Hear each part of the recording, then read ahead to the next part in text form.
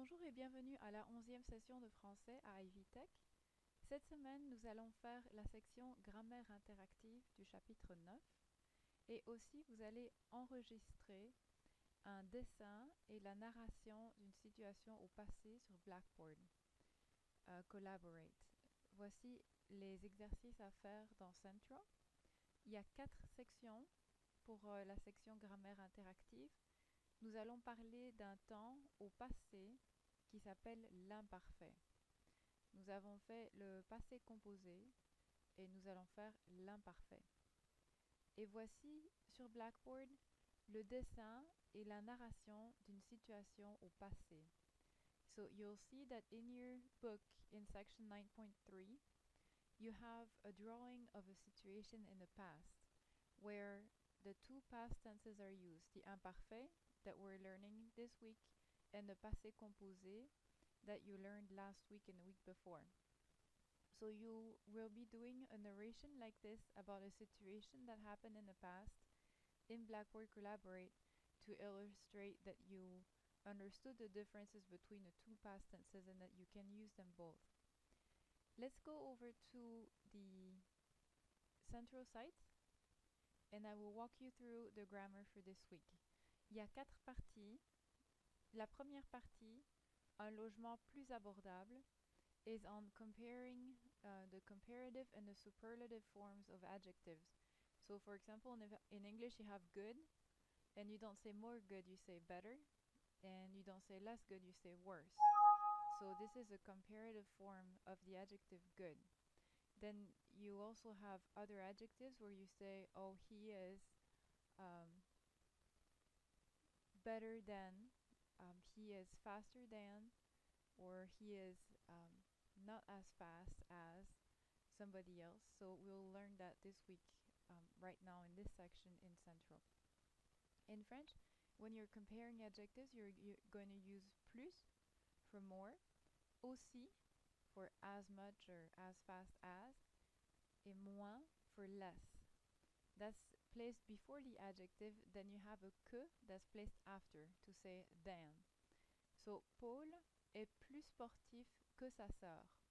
He's more athletic than his sister. Stéphanie est aussi grande que son frère. Stéphanie is as tall as her brother. So in French we just have que. In English you have than and as, depending on the form of the adjective. If you're as athletic as somebody or more or less than somebody. In French it's always que. Et les deux sont moins actifs que leur mère. Both of them are less active than their mother, or not as active as their mother. So you have to still pay attention that the adjective is in agreement with the person or the object that is describing. So Stéphanie is a lady, so grand becomes grande, has an E at the end. Les deux sont moins actifs. We're talking about Paul et Stéphanie. So the actif has an S at the end. It's in the masculine plural form because it's referring to one boy and one girl. So you have to make sure as you're concentrating on making the comparative and superlative forms that you don't forget to have the adjective agreement, to write the adjectives in the proper form. When you're comparing between people, you also can use pronouns. And at the end of que or after que, you'll be using the pronom accentué, it's called. So you learn the pronouns je, tu, il, elle, nous, vous, and il, elle in the plural. And if you're putting those behind the que, it's going to become moi. It's the accented pronoun or stressed pronoun after the que. So, il est plus extraverti que, he is more outgoing than. If I wanted he's more outgoing than me, just like in English, you could say he's more outgoing than I. So the je is I and moi is me. He's more outgoing than me. So il est plus extraverti que moi. Il est plus extraverti que toi. Il est plus extraverti que lui. Il est plus extraverti qu'elle. Soi is oneself. It's rarely, very rarely used.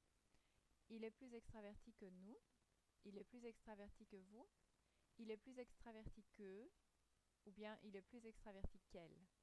So you see that the elle singular and the nous and vous form are the same as for the subject pronoun, and the other ones change. Just like in English, good, better, and worse are different forms than the other comparative and superlative adjectives. They're exceptions. And in English, in French, it's the same way. Bon is good, meilleur is better, and pire is worse. So, just like in English, you can use aussi bon que to say as good as, ou aussi mauvais que to say as bad as. So, cette lampe est meilleure que l'autre. This lamp is better than the other. Or you can say, cette lampe est aussi mauvaise que l'autre. As bad as the other. Ou cette lampe est pire que l'autre. This lamp is worse than the other. Et au pluriel, attention à l'accord des adjectifs, ces chaises sont meilleures que les autres, ces chaises sont aussi bonnes que les autres, ou ces chaises sont pires que les autres. So make sure that meilleur or bon or pire also agrees with chaise. The adjectives have to agree with the object or person they describe. When you're saying something is the most or the least, that's the form that's called a superlative, you have to use the definite article in front of the plus ou moins, and a de after the adjective. So, for example, il est le plus jeune de la famille. He is the youngest in the family. So the de, naturally you want to translate it as of, but in this case it's in. Il est le moins beau de la famille. He's the least beautiful of the whole family. So the least handsome. So make sure you have le plus or le moins plus your adjective and then de and then the group that you're comparing it to. Le pire, ce canapé est le meilleur du magasin ou ce canapé est le pire du magasin. So you can also use that with bon, the comparative form, and you put the le in front of it and a de at the end of it, and that makes it a superlative of bon. So the worst and the best. Ces maisons sont les meilleures ou les pires du quartier. Those houses are the best or the worst in a neighborhood. So I guess in English you have good, better, and best. In French we have bon, meilleur, le meilleur. So we don't have a form that corresponds to best. We just put le in front of meilleur and that makes it the best. So le meilleur. And in a negative way you have good and worse and the worst. And in French we have bon, pire, le pire. So just like in English, worst and the worst, pire et le pire. The same forces were used with le in front of it. Alors, je vais passer à la section 2, quand j'étais plus jeune.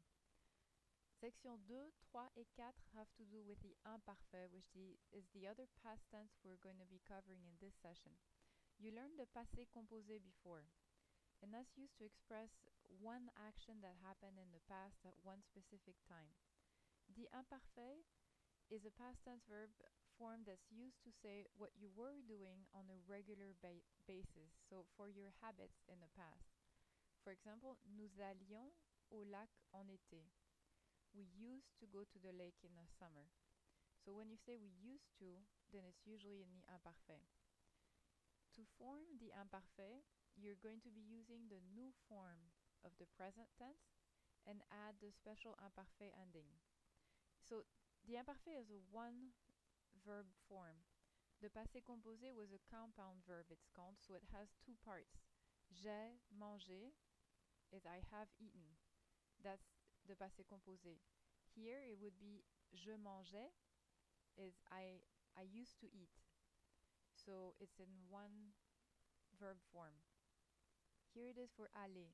So you take nous allons in the present, we go, take the ONS out, and this gives you the stem for the verb, and you add these little endings in red to make it in the imparfait. So j'allais, I used to go. Tu allais, you used to go. Il allait, he used to go. Nous allions, we used to go.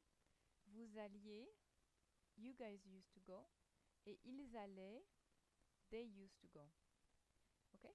Notice that the plural form ils allaient ends in A-I-E-N-T, but is pronounced just like the je, tu et il form. So aller, aller, aller, aller. Whether it ends with an S or a T or ENT, it's still aller when you're saying it out loud. Je passe à la section 3. Qu'est-ce qui se passait? So using the imparfait to express ongoing actions and situations in the past. So you use the imparfait to say what you used to do on a regular basis in the past. And also it describes what you were doing in the past for a certain length of time. So when you don't state when the action started or ended, you use the imparfait, and it corresponds to the past progressive tense in English. So I was watching TV, I was studying on the couch would be son père regardait la télé. His father was watching TV. Sa sœur étudiait sur le canapé. His sister was studying on the couch. To describe those two actions, you would use the imparfait. And the imparfait is also used with verbs that describe a state of being or state of mind or general condition. Like if you were sick. Vous étiez malade? You were sick? Il faisait beau. The weather was really nice. For all weather-related expressions in the past, you'll use the imparfait. Nous avions froid. We were cold. So the next section ties in with this one, really could just have been one section, is comparing the imparfait and the passé composé. When do you use both? Or when do you use each? So the difference between the two is a little bit not as easy to explain in English, because in English you don't use the compound past verb much. So you don't use very much he has eaten or he has given. You use mostly the one past tense in one verb, he gave or he ate. In French we use passé composé and imparfait about at the same rate, the same amount, but in different situations. So to express a specific action that took place in the past and is completed, you use the passé composé. But to speak about events that are habitual or were habitual or ongoing, you use the imparfait. Here it is illustrated. Pierre a fait une promenade ce matin. Pierre took a walk this morning, but is in the passé composé, so it's an action that's completed. He started it this morning, he ended it this morning. But if you said Pierre faisait une promenade tous les jours, you would use the imparfait. He used to go on a walk every day. It's a habitual action. It was a habit. À midi, Pierre faisait une promenade. Moi, je faisais la sieste. It's an ongoing action and also habitual action in this case. At noon, Pierre was taking a walk, and as for me, I was napping. So when you can replace a verb with a verb that ends in an ing form in English, something you were doing, then you always use the imparfait. And the differences become more obvious when one action interrupts another. So the backdrop action or the ongoing action that was going on is always expressed in the imparfait. And when you interrupt what was going on, you're going to use the passé composé. So je rangeais ma chambre is an imparfait. Quand ma mère y est entrée. So you're picturing yourself putting away, straightening up your bedroom. That takes a while for some of us. And your mom came in. She came in at a specific time. She opened the door, she came in. That's in the passé composé. But you were straightening it up in the imparfait because it was an action that took a while. So the ongoing or backdrop information of how things were are in imparfait, and an action that interrupts this ongoing action is in the passé composé. some verbs that describe state of mind, yes, are usually in the imparfait because they describe an ongoing state that has no defined beginning or end. For example, to be sick. Elle était malade. J'étais malade. I was sick. So Caroline n'est pas allée en cours. She did not go to class. That's in passé composé. Because she was sick. Parce qu'elle était malade. So she was sick before she didn't go to class and after she didn't go to class. It's a backdrop action. It's an imparfait. Et elle n'est pas allée en cours. That's the specific hour of the day. That's in passé composé. So, as I just said, the verbs in imparfait often provide this backdrop information, something that was ongoing in the imparfait, whereas the passé composé tells what someone actually did or what happened in that scene. So, à midi, nous sommes sortis pour manger. At noon, we went out to eat. That's in the passé composé because we went out at noon, we came back at 1, for example, specific time, specific action. Il faisait beau, the weather was nice, was beautiful, then that's the background information for when the specific action happened. I hope this helps you distinguish when you need to use the imparfait or the passé composé and how to form the imparfait. And I hope you can watch this video and use this information before you do your own video about a scene or a situation that happened in the past, just like what you have in your textbook in section 9.3. You're going to have to enter this information in your central, in your textbook in central, and that should help you create your own situation of what happened in the past. If you have any trouble recording in Blackboard Collaborate, please let me know. Bonne chance pour tout et à bientôt!